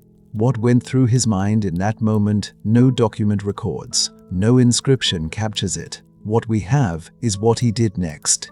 He did not order the project halted. He did not reduce the pyramid, did not shorten it, did not accept a compromise that would have saved his reputation by producing something finished but diminished. He did not retreat from the vision he had carried for 15 years. He ordered it transformed. The solution Hemiunu had proposed, the most dangerous and most ambitious of the three options, the one that required going back inside, the one that required rebuilding the internal architecture of a structure already under construction, that was the one Khufu chose. He ordered the construction of a series of relieving chambers above the king's chamber, 5 of them stacked one above the other, each one designed to break up the crushing weight of the stone above and distribute it outward toward the walls, away from the space below. The chambers would be rough, undecorated, invisible to anyone who ever stood in the finished pyramid. They would never be seen by priests or mourners or kings. They would exist only to do a job, to hold the weight, to keep the structure from destroying itself. No pharaoh would ever sleep in them. No offerings would ever be placed in them. They were purely functional, purely structural, built not for eternity, but for engineering. And here is where the revelation lives. Because the decision to build those chambers, the willingness to go back inside, to send men into a structure that had already cracked under pressure, to spend more time and more stone and more lives on spaces that would never be seen, tells you something about what Khufu was actually building. He was not building a monument to his ego. Or, not only that, he was building something he intended to last. Not for his lifetime, not for his dynasty, forever. The word sounds like a priest's promise, the kind of thing you say in a temple and don't quite mean. But Khufu meant it. The relieving chambers were invisible proof of it. A man building for appearance would have taken the shorter pyramid, the safer profile, the option that preserved his reputation without the risk. Khufu took the option that preserved the structure. He sent men back inside. The sound of chisels on granite resumed in those upper reaches of the pyramid. The smell of fresh-cut stone-filled chambers that had been briefly silent. Workers who had been told to leave came back up the ramps with the particular kind of courage that comes not from not being afraid, but from being afraid and going anyway. Their hands were steady, or they were not, but they worked. The nobility watched and recalculated. The priests watched and said less than they had been saying. The fractures in the stone were addressed, one chamber at a time, one carefully placed slab of granite redistributing a load that had been misplaced for 15 years. And the pyramid held. It held because of a decision made in a chamber that smelled of dust and smoke and the faint residue of fear by a man who looked at the damage and chose not to retreat from it. It held because Hemunu was brilliant enough to see the solution and honest enough to present the full cost of it without softening the risk. It held because thousands of men went back inside a cracked structure and kept working. The relieving chambers above the king's chamber still exist. You can visit them today if you know how to look, if you know where to go. They are rough and unfinished and dark, nothing like the polished grandeur of the spaces below. They look like what they are: emergency engineering, improvised salvation, the hidden skeleton that kept the whole body standing. Khufu stood in the king's chamber, staring at the cracks in the stone. Around him, his advisors were panicking. The nobility was already whispering that the gods were punishing him for his arrogance. And then Khufu did something that changed everything. He did not order the project halted, he ordered it transformed. The modifications he commanded would solve the engineering crisis, but they would also reveal something about his true intentions that no one had suspected. He was not building a tomb. He was not building a symbol. He was building something that was supposed to outlast everything: the dynasty, the priests, the empire, the gods themselves, if it came to that. And to outlast everything, it had to be stronger than anything. The question now was whether the man driving it forward could outlast the forces gathering against him inside his own court. The solution Khufu and Hemunu devised was brilliant and paranoid in equal measure. Not one answer. 2. Running in parallel, each one reinforcing the other, each one born from a different kind of fear. The first fear was physical: stone, weight, the crushing arithmetic of 2.5 million blocks pressing down on a single chamber deep inside the earth. They had already seen what that pressure could do. The cracks were still visible. The dust had barely settled. So Hemunu designed something that had never existed before in the history of Egyptian architecture. He designed a series of chambers stacked directly above the king's chamber, one on top of another, 5 in total, each one separated by enormous granite slabs. Not rooms for anything, not spaces meant to be entered or used or seen, just gaps, just breathing room between layers of stone, so the weight above could distribute itself sideways instead of driving straight down like a fist.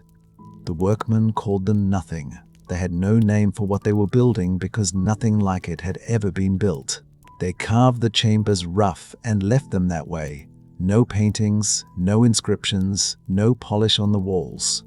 If you could somehow stand inside one of those chambers today, you would feel the roughness under your fingertips. Granite that was never meant for human eyes, shaped only to carry a load that would have otherwise crushed everything below it. That was the first fear. Weight, physics, the honest, solvable problem. The second fear was different, older, darker, and it had nothing to do with stone. It had to do with people. Khufu had spent years watching what happened to the tombs of his ancestors. He had seen the robbed chambers, the scattered bones, the broken seals. He knew what men would do for gold. He knew what desperation looked like, and he knew that desperation did not end when a pharaoh died. It kept going. It outlasted dynasties. It outlasted memory. A man 500 years in the future, a man who did not know Khufu's name, who did not fear his priests or his soldiers or his gods, would look at the pyramid and think only one thing: what is inside it? How do I get in? So Khufu and Hemunu built lies into the stone itself. They cut passages that went nowhere, long angled corridors that descended into solid rock and ended in blank walls, designed to feel like the real thing, designed to cost a robber days of exhausting work before he realized he had been fooled. They placed the entrance to the pyramid not at ground level, where any experienced tomb raider would look first, but high on the north face, 38 cubits above the base, hidden behind casing stones that would, once sealed, look identical to every other stone on the surface. And then they did something that no one has ever fully explained. They sealed passages behind the workers themselves. As the construction moved forward, certain corridors and chambers were closed off permanently, not from the outside, from the inside. Workmen laid the final stones in place, entombing spaces that might never be found, might never be seen again, might hold whatever Khufu had decided to place there before the last stone went down and the last man climbed out into daylight. Think about what that means. Someone had to be the last person in those passages. Someone had to place the final block, feel the darkness close around them, and then find another way out, a route that would itself be sealed behind them. The pyramid swallowed its own secrets, one corridor at a time, and the men who carried those secrets out with them went back to their villages and grew old and died and took everything they knew into the ground with them. What was in those sealed chambers? We still do not know. We may never know. The pyramid has been explored, measured, scanned with equipment that can see through solid stone, and still it keeps things hidden. In recent years, researchers using cosmic ray imaging found what appears to be a large void above the Grand Gallery, a space the size of a corridor, a space that has no known function and no known entrance. It is just there, inside the stone, waiting. Khufu chose this. The concealment was not accidental, not a side effect of construction. It was the point. He was not simply building a tomb, he was building a trap. A structure that would invite investigation and defeat it. A puzzle that would take everything you had and give you almost nothing back. But why? The priests would have told you the answer without hesitation. The pharaoh's body had to be protected so that his soul could make the journey through the underworld and emerge on the other side as a god. Disturb the body and you disturb the journey. Desecrate the tomb and you strand the soul in darkness forever. The deceptions, the false passages, the sealed chambers, all of it was sacred architecture. All of it was theology expressed in granite and limestone. Khufu sat with that theology. He absorbed it, and then he went further than it required, because the false passages were not just about protecting his body, they were about protecting something else. Something that the priests knew, and the architects knew, and the highest members of his court knew, and that no one outside that circle was ever supposed to learn. What that something was, we cannot say with certainty, but the sheer scale of the deception suggests it mattered enormously to the man who ordered it. The Grand Gallery alone tells you that.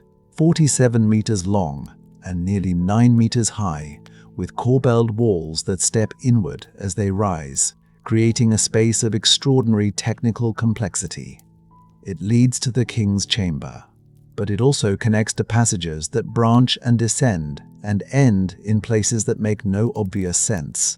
The geometry of the interior is not the geometry of a simple burial vault. It is the geometry of a mind that was working on multiple problems at once: protection, weight distribution, concealment, and something else that we have not yet named. Hemiunu worked on this for years. His body was aging under the weight of it. The smell of limestone dust had become so familiar he no longer noticed it, the way you stop noticing the smell of your own home. His hands were rough from decades of handling plans and tools. He had given the pyramid everything he had. And now, as the structure rose toward its final height, he was overseeing the most delicate phase of all, the ceiling. The granite portcullises that blocked the ascending passage were massive. Each one had to be lowered into place with precision, wedged tight, immovable. The men who did the lowering worked in near darkness, torchlight throwing their shadows huge against the walls. The sound of stone grinding against stone filling the corridor with a noise that felt permanent. Because it was permanent, once those blocks came down, they were down forever. The workers who sealed the final passages did not speak much in those last days. There is something in the human body that responds to enclosure, to darkness, to the knowledge that a space is being closed off and will not be opened again. The legs feel heavier, the chest feels tight. You breathe through your mouth without meaning to. They came out into the light one by one, the last men to know the interior of the pyramid as a living place. They squinted at the sky. They breathed air that smelled of the river and the desert and the cook fires of the workers' village. And behind them, the stone was already settling into its final arrangement, the passages cooling in the dark, the chambers empty and sealed and silent. The casing stones went on last. White Tura limestone, quarried from across the Nile, cut to angles so precise that the joints between them were barely a hair's width. When the sun hit the finished surface, the pyramid did not look like stone. It looked like light. It blazed. You could see it from distances that seemed impossible. A white fire rising from the plateau, visible from across the desert, visible from the sea. The capstone, the pyramidion, went up last of all. It may have been gilded. It may have caught the first light of dawn and thrown it back across the plateau like a signal. We are not certain. But the image is consistent with everything Khufu had built toward. A structure that did not simply stand in the landscape, but commanded it. That did not simply mark a burial site, but announced a presence so vast and so permanent that the sky itself seemed to acknowledge it. He stood at the base and looked up, not at the peak, at the surface. At the casing stones he had ordered, the limestone that covered every imperfection, every crack, every emergency repair, every scar the construction had left on the core. From the outside, none of it was visible. The crisis was gone. The panic was gone. The years of doubt and whispered rebellion in the court were gone. There was only the surface, white and smooth and absolute. The pyramid was complete. Around 4,500 years ago, give or take the margin of history. Rising to 481 feet at its peak, the tallest structure human hands had ever built, it would hold that record for nearly 4,000 years. And yet, standing at the base, looking up, what you feel is not triumph, not exactly. What you feel is something closer to unease, because the pyramid does not feel finished in the way that finished things feel finished. It feels withheld. It feels like a sentence that ends in the middle of a word. All that precision, all that effort, all that suffering and engineering genius and paranoid concealment, and the thing it produced is not an answer, it is a question. What is inside it that we have not yet found? The sealed passages are still sealed. The void above the Grand Gallery has no known entrance. The sarcophagus in the king's chamber was found empty, and no one knows when it was emptied, or by whom, or whether it was ever full to begin with. The pyramid has been studied continuously for centuries, measured and mapped and probed with every technology available to every generation that has tried to understand it. And every generation has come away with the same feeling. There is more. There is always more. Khufu had built something that would protect his body and his secrets for eternity. But in doing so, he had created a mystery that would haunt archaeologists for 4,500 years.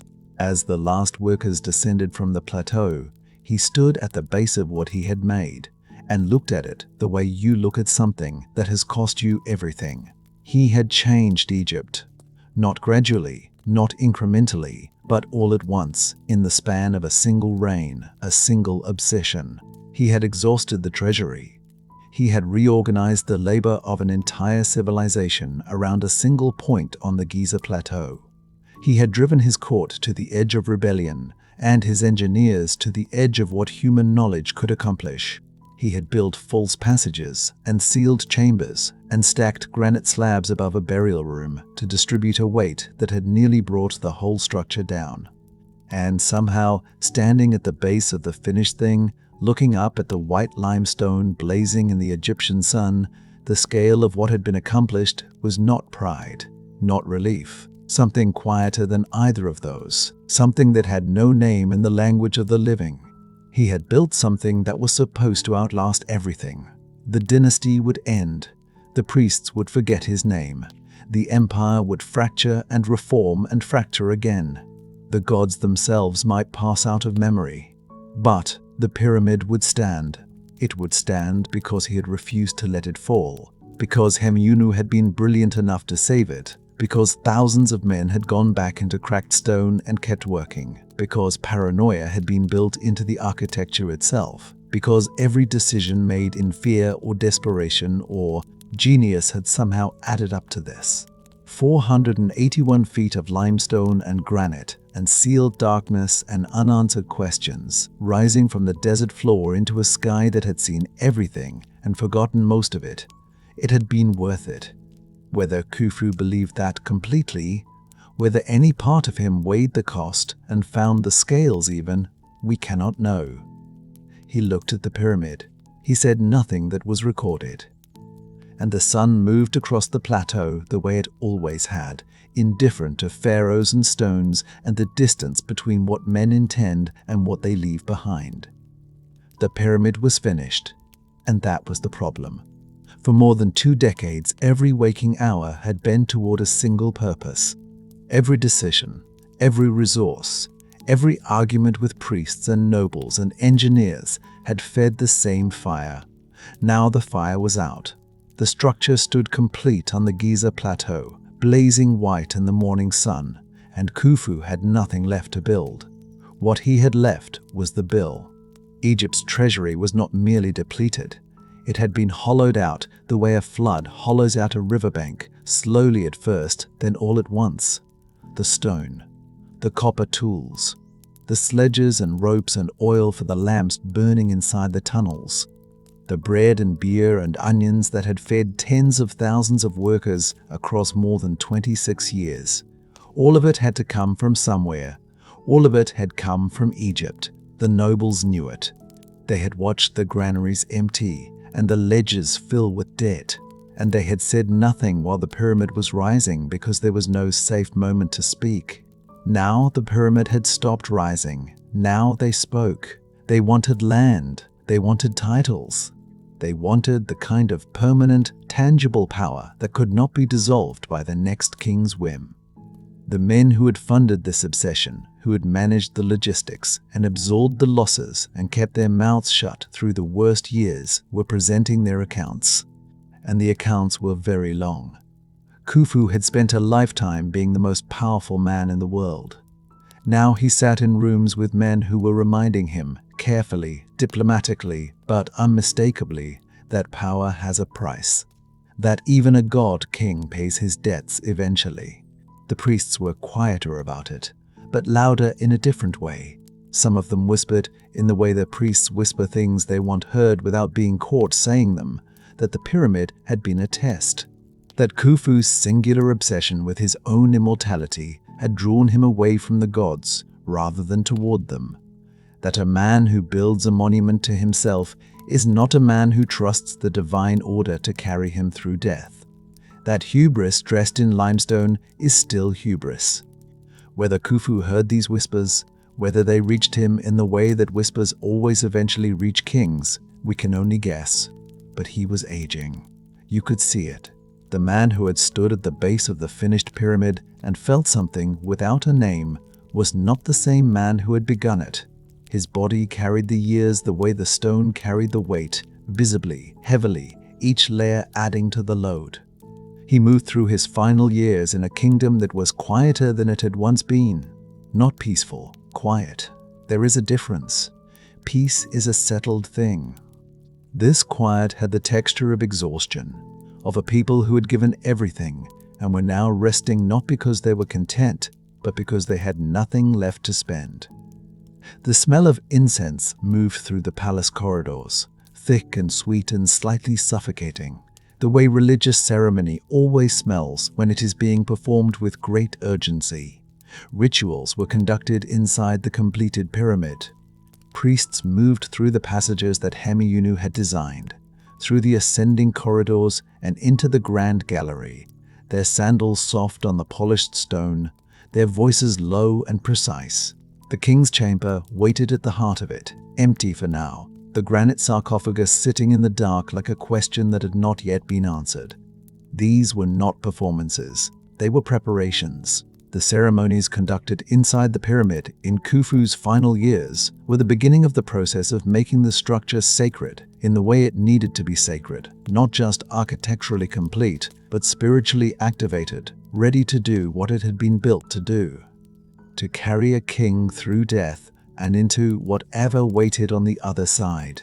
Whether Khufu found comfort in this, whether he stood in the king's chamber and felt ready, we do not know. What we know is that he kept coming back, that the pyramid drew him the way it had always drawn him, not with the frantic energy of construction, but with something slower and more final. A man returning to a thing he made, looking at it with the particular longing of someone who knows he will not be returning much longer. He had built it to last forever. He had built it so that his name would survive the collapse of dynasties and the forgetting of gods. And yet, the only completely preserved portrait of the man who built the largest structure in the ancient world was a tiny ivory figurine, barely 3 inches tall, found centuries later in the ruins of a temple. Not a colossal statue, not a grand relief carved into a temple wall.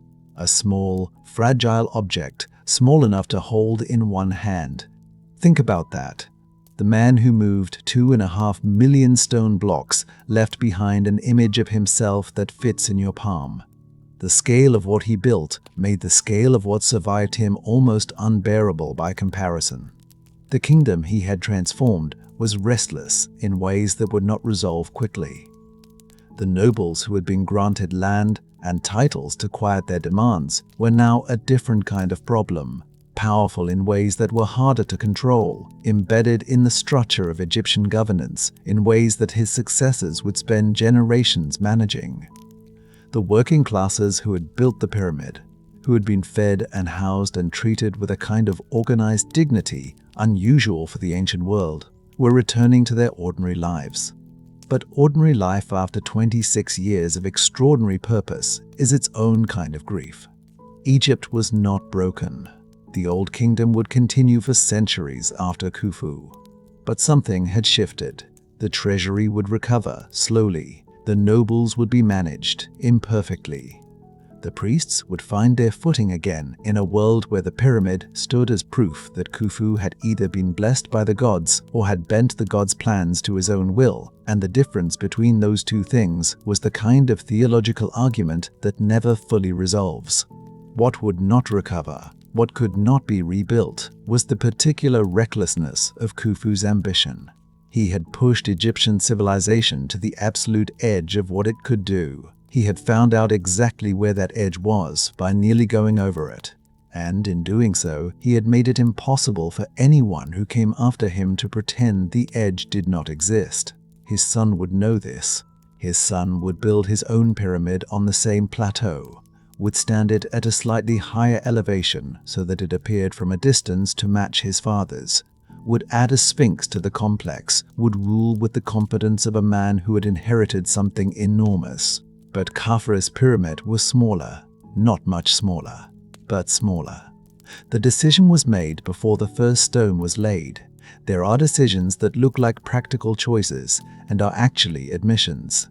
This was one of them. In his final days, Khufu was likely in his 60s.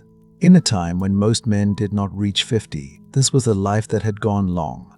His body had carried him through the building of the most ambitious structure in human history. It had carried him through the political crises and the engineering disasters and the long silent years of completion. It had done everything he had asked of it. Now, it was asking something of him in return. The air in the palace would have been warm, dry, carrying the faint mineral smell of desert sand that always finds its way through stone walls.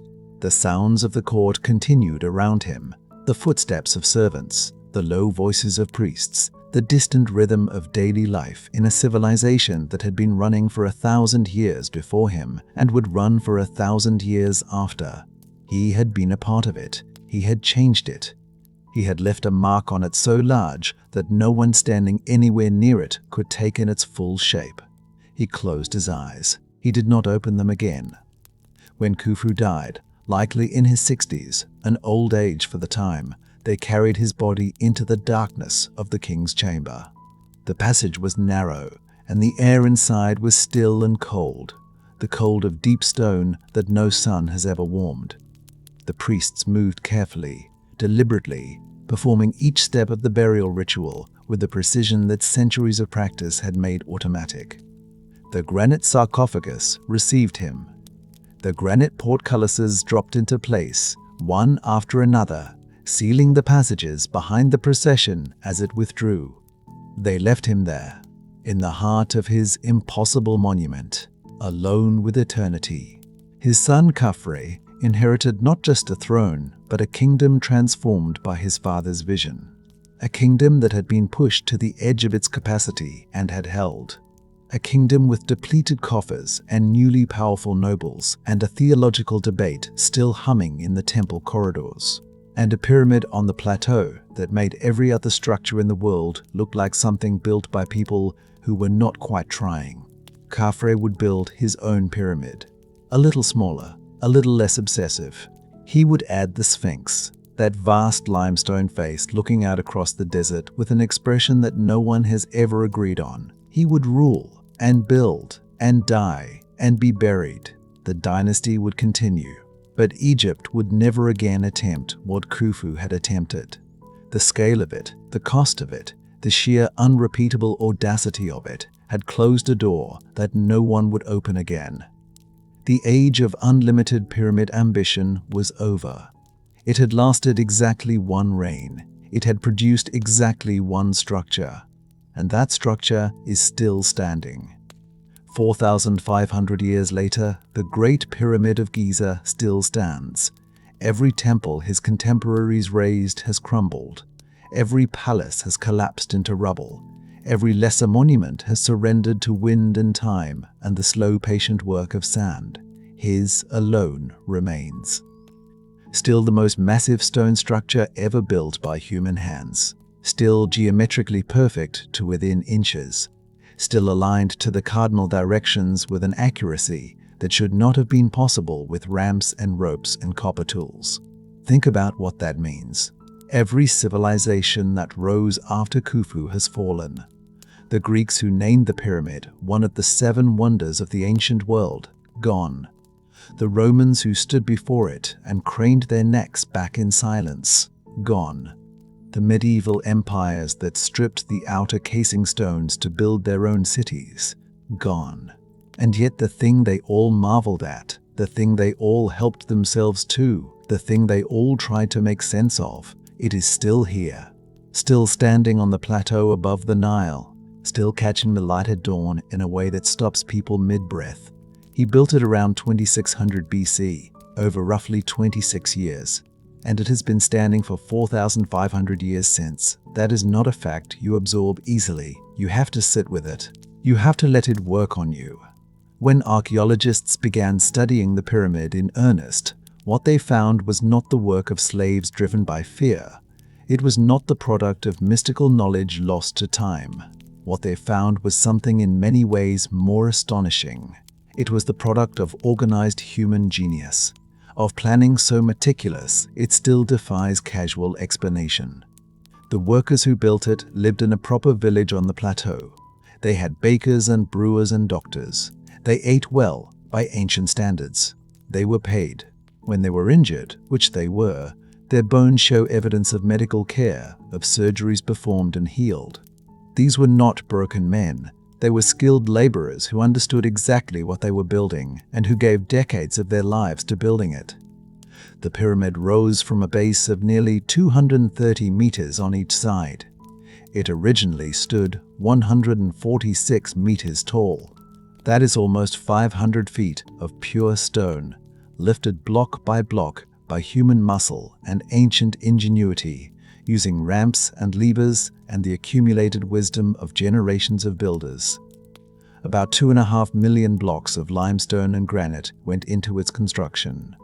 The heaviest weigh 80 tons. The lightest weigh 2.5 tons.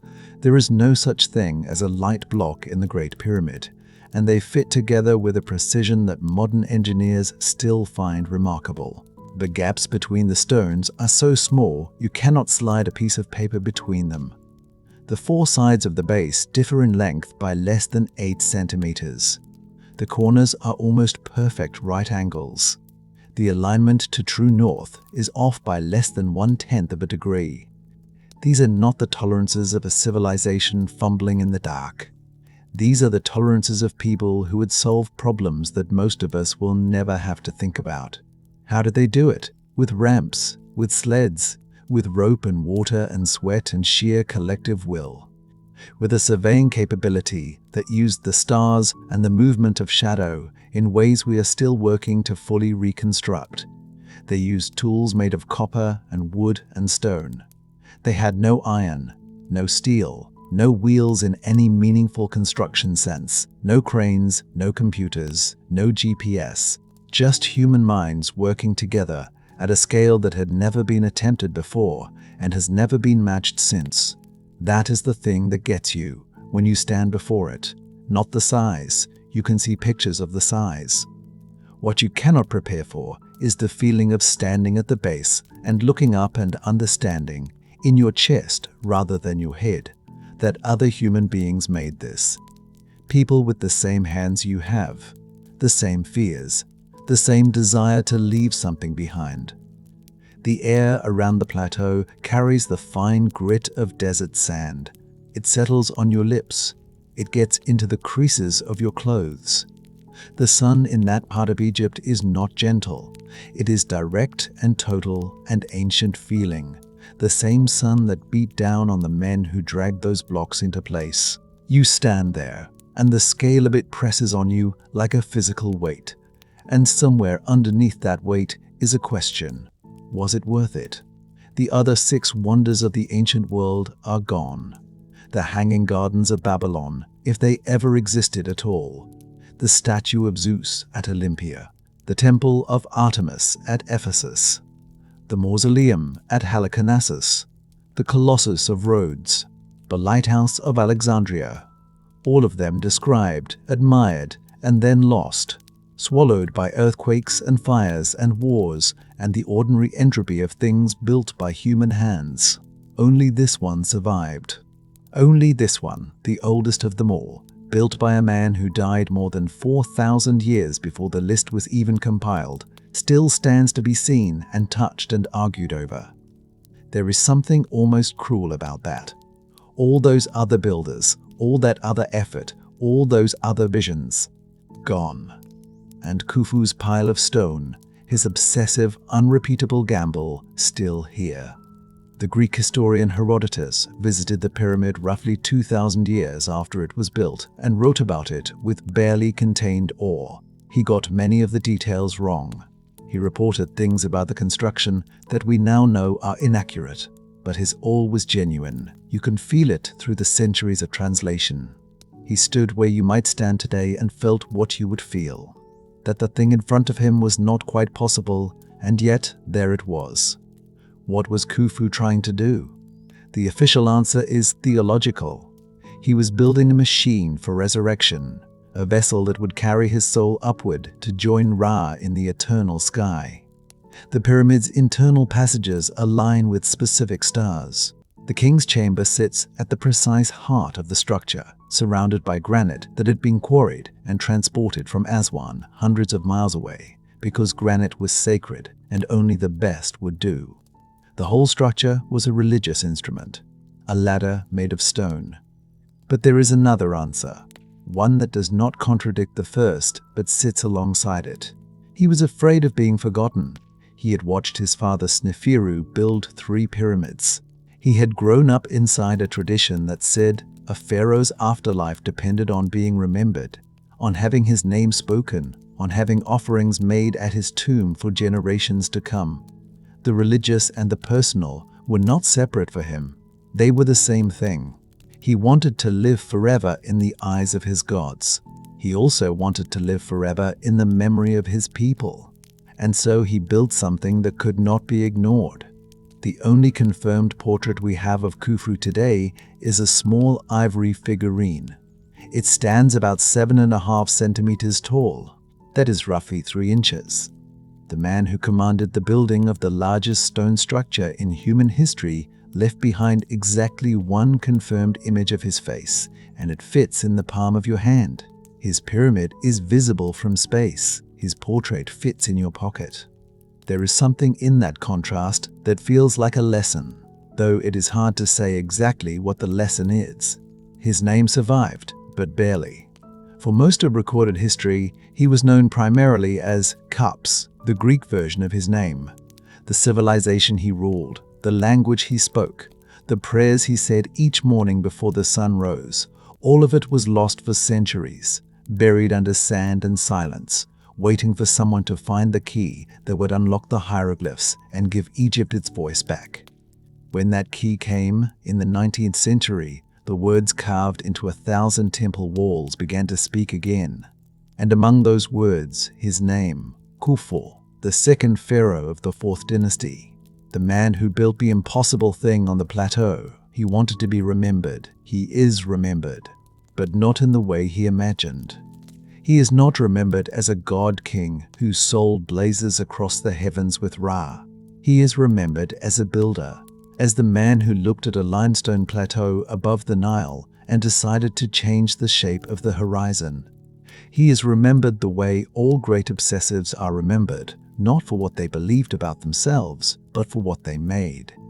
The pyramid outlasted his religion. It outlasted his dynasty. It outlasted the civilization that built it, the language that named it, the gods that were supposed to inhabit it. It outlasted the Roman Empire that marveled at it. It outlasted every kingdom and caliphate and colonial power that passed through Egypt in the long centuries after his death. It is outlasting us right now as you listen to this. When everyone alive today is gone, that structure will still be standing on the plateau above the Nile, still catching the dawn light, still pressing its shadow across the sand. That is not nothing. That is, in fact, almost everything. We cannot know if Khufu achieved his goal of eternal life. We will never know if his soul truly ascended to join Ra in the heavens. But we know this. He achieved something else entirely. He proved that human beings could will reality to conform to their vision. That vision, ambition, and obsession, even obsession that bankrupts kingdoms and costs thousands of lives, can create something that outlasts empires, religions, and the very memory of their creator's name. Khufu is forgotten. Almost no one knows what he looked like, what he believed, what he felt. But his pyramid endures. And in that endurance, he achieved a kind of immortality that is not the immortality of pharaohs, but the immortality of human achievement. The question of whether it was worth it remains unanswered. But standing before the Great Pyramid, with the desert wind carrying sand across its ancient stones, it becomes clear that the question itself was the point. Khufu asked humanity, how high can we reach? How much can we endure? How long can we last? And he answered with stone.